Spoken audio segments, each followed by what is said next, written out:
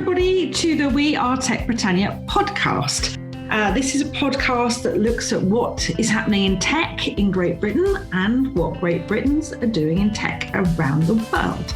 And here I am today via satellite with Dr. Ranulf Scarbrough from the Cook Islands. Hello, Ranulf. How are you? I'm very good. How are you? Very well indeed. Very well indeed. So I know that you were saying earlier that there might be a little bit of patchy voice stuff because you are going via satellite. And that's actually part of the conversation that we're having here, because you've got a very exciting project that takes you to the Cook Islands in Polynesia. Could you tell us a little bit about what you're doing with Avaroa and the Polynesian project that you're involved with? Sure. Well, back in countries like the UK, we all now take broadband and fibre broadband for granted, and it's easy to forget that some parts of the world are a little bit harder to reach. I had to look up where the Cook Islands were before I came here, and they sit in the middle of the vast Pacific Ocean. The Cook Islands is only 17,000 people in an area, 10 islands in an area the size of Western Europe. And hence they're connected for broadband and communications generally by satellite. And that's quite a challenge. Broadband is incredibly expensive here. When it rains hard, the signal drops out because of attenuation by the rain.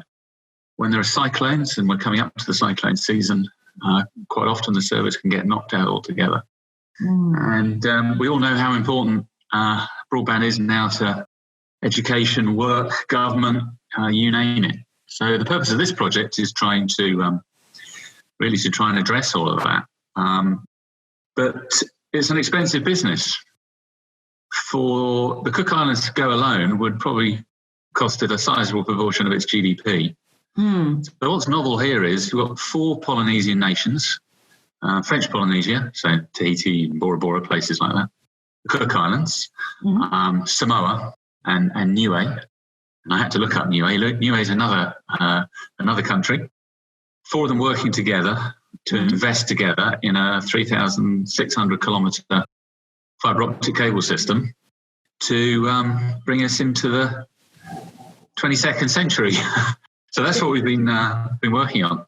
Fantastic. And obviously we last met, in fact we originally met in Cornwall, which I think is rather fascinating because obviously Porthcurno was actually the start of the cable run out of the British Empire back in 1873, apparently. So now 100 plus years later, there's a man from Cornwall doing the same thing in Polynesia.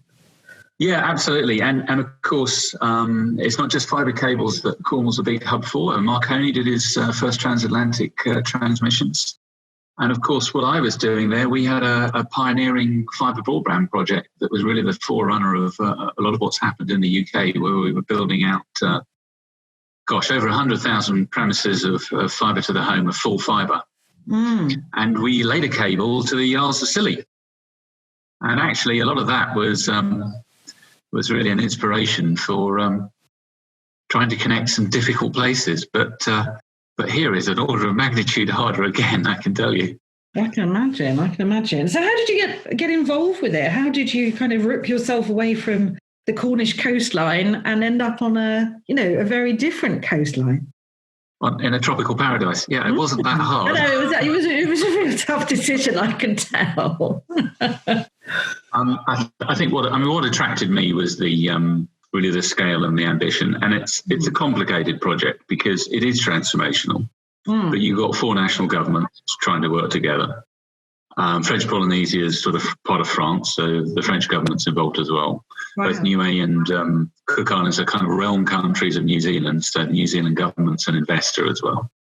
So there's quite a lot of complexity in the partnership. We've got four state operators in the consortium that are working to build the cable. The remoteness of the locations, part of the problem we're trying to solve also makes the engineering side pretty challenging. You can't just run down to sort of screw fix or get whatever kit you need. It takes a lot of planning. I think the the transformational change that this will bring, because we're on the cusp of going live with this now imminently. And in fact, part of the system here is already live between two of the islands, but the international connectivity, we're just finishing up the testing and about to switch on. The impact will be profound. It really will. So yeah, it's very exciting. It's great thing to be part of. Good fun. Yeah, I'm going to imagine. It was a very unusual. I mean, one of the things that we always said about TechBritannia is we wanted to look at, what was happening in the UK, regardless of the nationality of who was doing it, but also to look at what Britons were doing overseas. So I don't think we could have found a more interesting project, really, that totally unexpected. Well, it certainly is informed by the leadership in terms of we've had in the UK the last 20 years that I've been involved with it, taking broadband, to as a high proportion of the country as possible, and fibre broadband as well. Measuring the economic impact, the opportunities in for small businesses, education, inclusion, all of these kinds of things. And it's really that learning that I brought a lot of that here, and it's helping build the programs, not just to build the cable, but to ensure, you realise the benefits of it. So there's activity here, how government's going to change, health, the university campus that they're building, how small businesses, can start to put all the things that we kind of take for granted, cloud services and many of these other things into what they do. So it's going to be a very different place over the next couple of years. Now, the other piece is the economy, of course. As I mentioned to you, the Cook Islands has been completely isolated from COVID-19. There's been no virus here at all. But the island has essentially been, locked down with no one coming in or out. And the economy here is 70 to 80% tourism. Of course, that's gone to a complete full stop. And I think they're realising the fragility of that and the importance of good internet to diversify their economy. I'm on the panel of what they call the SMART initiative, so helping businesses to do new and innovative things. And we've just awarded the first grants from that. So in its own sort of modest way, it's really starting to transform the economy here. So it's an exciting time. Yeah, so really looking at possibly one of the most ambitious and disruptive digital transformation projects in the world. Because as you say, this is actually totally transforming a country, not just a company, which is what we've been focused on here in the UK, is what you can do with your business and, access to cloud services and so on. Well, of course, that's been the other challenge here. So we've had the cable to build on that plan, but of course, alongside that, we've been trying to build a commercial operator, a commercial business. We have some funding to help build the cable, but not to operate it. So we've got to build a company, build its products and services, build a team, sell those wholesale services to local retailers. As part of the program has also been to liberalise the market here, open it up to competition. It's a new regulator come in. So that experience in the UK, because we've had a competitive market in the UK for quite a long time now, what those competitive dynamics are like, how to make it really work and how to make it thrive. It's all good learning as well that's really helping them go on that journey. And one of the key things here is, the retail prices. And even before the cable's gone live, the threat of the cable against satellites caused the satellite operators to drop their prices. So we've already starting to see a bit of the benefits of competition. So yeah, it's quite a little microcosm of a competitive market emerging as well. So there's that side of it as well, the business side, which has been good too. Building that company as well, almost exclusively from local people. I'm the one that's parachuted in, but everyone else has we've skilled up locally to do themselves with tremendous pride, I would say as well. Very exciting and very. I've seen certainly from the information you've shared, there's lots of amazing pictures of the kids in local, their local costume, wonderful, flowers and very bright colours, and they're involved with the cable laying. So some very lovely photo shoot opportunities. But you do very much get a sense that this is really about the people, not about the technology. Yeah. That's just that's helping making absolutely better. And as I say, actually those photographs and the kids do look wonderful and so forth. But that's just how they turned up on the day. They are a very bright and vibrant and Sunday fun-loving. best there. Yeah, absolutely. Cool. Make a festival out of it. So. Yeah, well, it is an exciting time, isn't it? It's a very exciting time for everybody. I think that's something that we certainly learned from the projects we did in the UK and in Cornwall, that it's one thing to do the engineering, and the engineering is challenging. But actually telling the story and sharing with people the engineering, how it works, what we're trying to do, that it is something that is exciting and is going to be transformational. Actually, people are really interested in how it works, how it's going to change their lives. So that's been an important aspect to the program as well. Yeah, wonderful.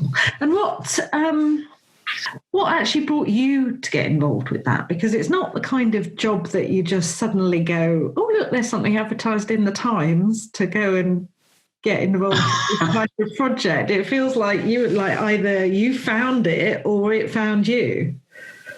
Well, it found me somehow. I'm never quite sure how, but I mean, we, the work that we did in Cornwall, was quite transformational. It's funny, really, because now, a lot of work's gone on globally about, the importance of taking broadband and fibre to remote communities and so forth. But we really did it first, and actually, when we did it, it was pretty high profile. And I think it's interesting when you go around the world how many people have heard about that program, the vision, and what it delivered. So somehow they found me, which is great, really, because it's a fantastic project to be involved with. I've really enjoyed it.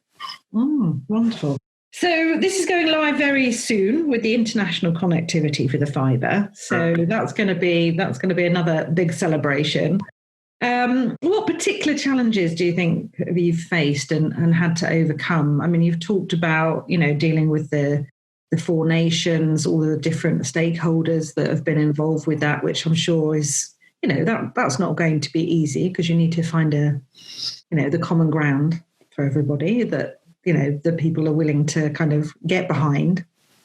But I would have thought from a technical perspective, there's got to have been quite a few moments when you thought, this has got a bit not quite the way we planned it.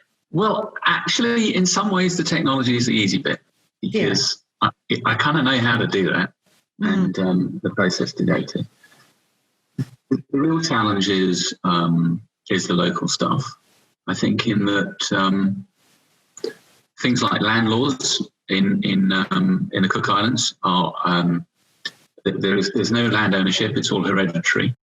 Right. So you can end up with land that's owned by hundreds of people, and you want to put your cable across it to get from the road to the beach.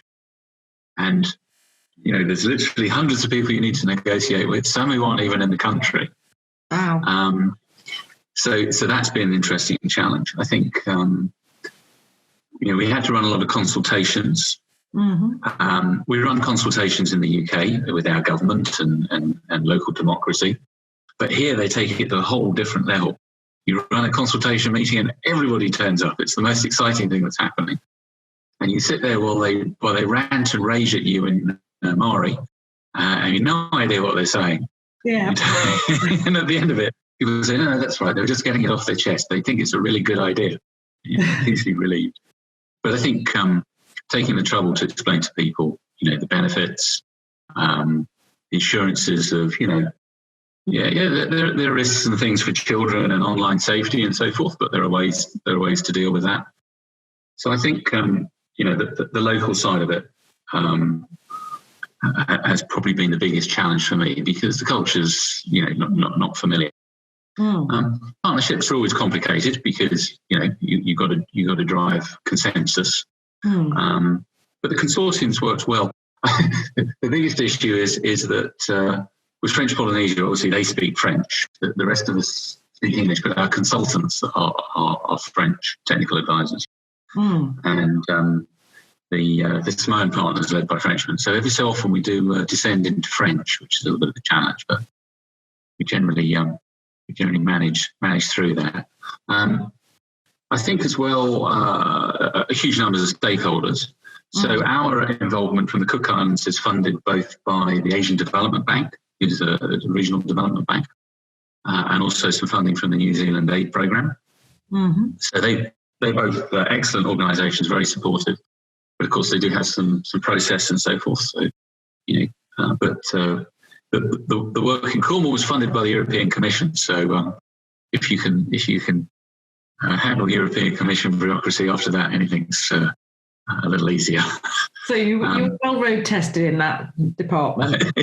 Yeah, absolutely. Record keeping and all, asset registers and all that kind of stuff. So that's actually been very useful background.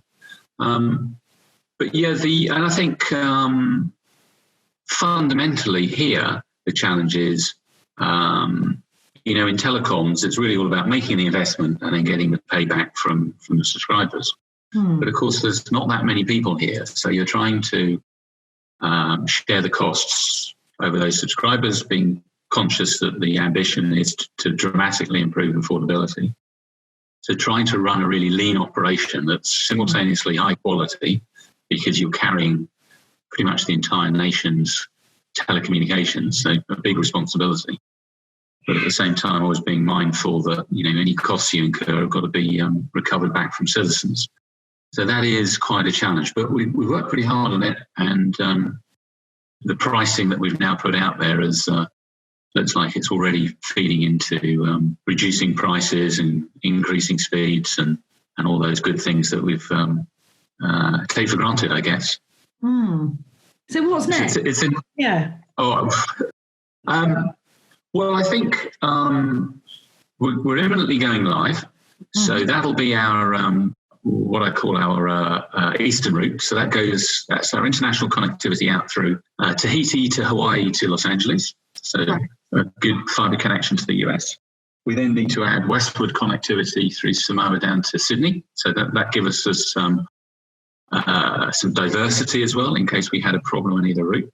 So there's a bit of work to sort of optimise our connectivity, get all our operational processes, really efficient, all the preventive maintenance. So I think the next 6 months is probably about stabilising things and maturing our organisation. But then we've put out a couple of white papers around, what's next. So as I say, part of that is about making sure that the nation